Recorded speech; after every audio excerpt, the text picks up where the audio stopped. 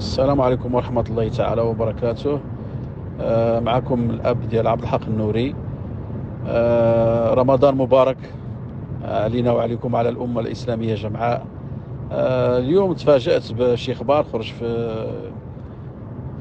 في شي جريدة، كيتصلوا بي، أنا ما شفتوش ولكن كيتصلوا بي الناس بزاف كيسولوني الحالة اللي كاينة، يعني باش نصح يعني هاد الهضرة اللي قالوا هاد الناس. عبد الحق فاق من غيبوبة، هذه تقريبا 5 سنين وزيادة هو فايق من الغيبوبة.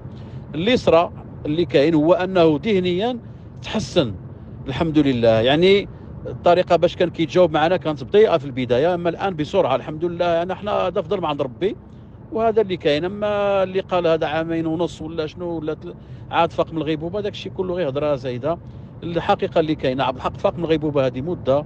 الله يكثر خيركم، يعني ونطلبوا الله تعالى يتقبل الدعاء ديالنا وديالكم في هذا الشهر المبارك، وصالح الاعمال ديالنا وديالكم كذلك. والله يشفي مرضانا ومرضى المسلمين اجمعين، وربي يعافي مبتلانا، امين يا رب العالمين. هذه هي سنه الحياه، والحمد لله على كل حال. يعني ماشي مزيان الفتنه، ونطلب الله تعالى يهدي هذا الانسان اللي كتب هذا الشيء ويصحح ويتعقل من الحاجه. حتى شي واحد مني لا من الابناء ديالي قال شي حاجه، الحقيقه حنا قلنا تبارك الله عليكم. السلام عليكم.